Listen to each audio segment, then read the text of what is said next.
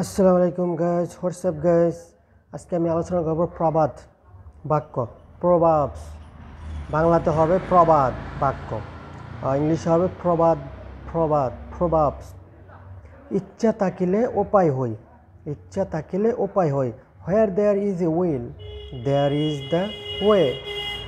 ইচ্ছা থাকিলে উপায় হই, এগুলা বিভিন্ন কথোপকথনের ক্ষেত্রে আপনারা ইউজ করতে পারবেন, ওইগুলো ইউজ করবেন, তাহলে আপনাদের প্র্যাকটিসটা আরও বেড়ে যাবে। কথায় আছে, practice makes a man perfect, practice makes a man perfect. যত চর্চা করবেন ততই শিখবেন। আরেকটা কথা আছে, the more you read the more you learn. যতই পড়িবেন ততই শিখিবেন। এই জন্য বেশি বেশি করে পড়তে হবে, বেশি বেশি করে মুখস্থ করতে হবে, এবং মাস্ট বি প্র্যাকটিস করতে হবে with your friends. You have to practice with your friends or other or anyway in front of mirror. আয়নার সামনে প্র্যাকটিস করতে পারেন, বন্ধুদের সাথে প্র্যাকটিস করতে পারেন, যে কোনো কথোপকথনের ক্ষেত্রে। In case of any discussion with your friends or others online, any grouping, you can practice like me as a native speaker. You have to practice every day, every second if you want to be like a native speaker. So you must have to be practice. আপনাকে অবশ্যই practice করতে হবে। এখানে আমি must use করছি, মানে অবশ্যই। Have to করতে হবে, মাস্ট হ্যাভ টু প্র্যাকটিস। অবশ্যই প্র্যাকটিস করতে হবে। আমি প্র্যাকটিস না করে থাকতে পারি না, আমি প্র্যাকটিস করতে হবে, আমার প্র্যাকটিস করা প্রয়োজন। আই নিড টু প্র্যাকটিস, আমাকে প্র্যাকটিস করা প্রয়োজন। I must have to practice, আমাকে অবশ্যই প্র্যাকটিস করতে হবে। সেই জন্য অনেক রুলস আছে, এই রুলসগুলো আমি স্টেপ বাই স্টেপ দেবো, এবং আমার ভিডিওগুলো ফলো করবেন এবং সাবস্ক্রাইব করবেন, তাহলে অনেক ভিডিওগুলো দেখে আপনারা মুখস্থ করতে পারবেন এবং প্র্যাকটিস করতে পারবেন। শুধু ভিডিও দেখলেই হবে না, প্র্যাকটিস করতে হবে। শুধু বই পড়লেই হবে না, মেমোরাইজ করতে হবে। You must have to be memorise and keep on mind and practice in front of mirror or self. you have to self practice.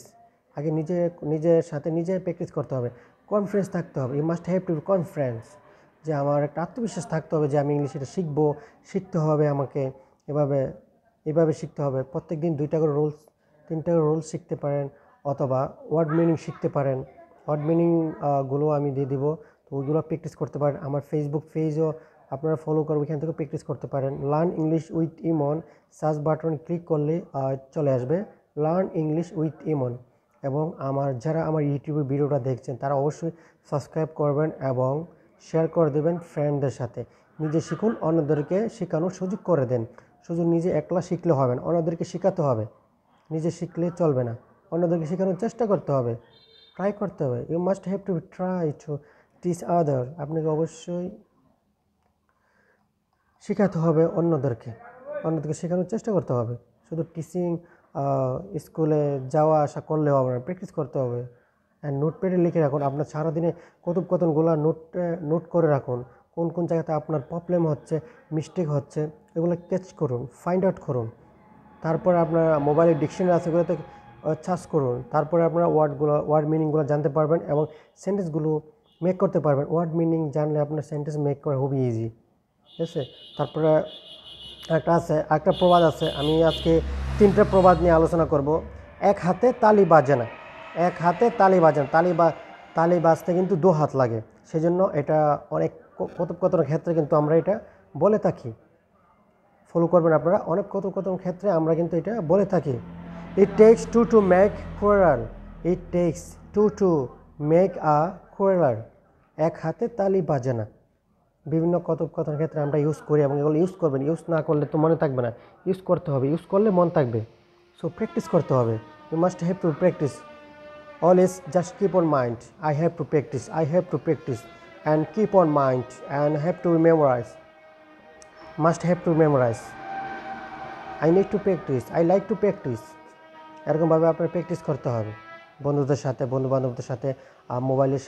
মোবাইলের সাহায্যের মাধ্যমে সাপোর্ট নিতে পারেন। তারপর অনেক অ্যাপস আছে, অ্যাপসের মাধ্যমে সাপোর্ট নিতে পারেন, প্র্যাকটিস করতে পারেন। আমি অ্যাপসগুলো আপনাদের নেক্সট ভিডিওতে শো করব এবং আপনাদেরকে লিঙ্ক দিয়ে দিব ডাউনলোড করার জন্য। এবং আরেকটা প্রভাব নিয়ে আমি আলোচনা করব, মানুষ ভাবে এক, হই আর এক। অনেকে বলে এই কথাটা যে মানুষ ভাবে একটা হয়ে যায় আরেকটা, এটা কীভাবে? আমরা এভাবে বলতে পারি ম্যান প্রপোসেস গড ডিসপোসেস, মানে মানুষ এটা আবেদন করে, আল্লাহ এটা ডিসপোজ করে দেয়, মানে প্রত্যাখ্যান করে দেয়। ডিসপোসেস প্রত্যাখ্যান, ওইটাই বলে, ওইটাকেই বলে মানুষ ভাবে এক হয়ে যায় আরেক। সেরকমভাবে প্র্যাকটিস করবেন আপনারা, এগুলো বিভিন্ন কথার মধ্যে ইউজ করতে পারেন, তো আপনাদের মেমোরাইজ থাকবে এটা। প্রভাব, আজকে 3টা প্রভাব আলোচনা করলাম, এবং নেক্সট ভিডিওতে আরও 3টা করে ইনশাআল্লাহ ডিসকাস করব। So keep on mind, just practice and watch my video till to end. Don't forget to subscribe and like, comment, share. Please like, comment, share, and must be subscribed. Please don't forget to subscribe and bell the notification and get new video every day. So bye bye, Allah Hafiz, tata, see you later and next video, bye.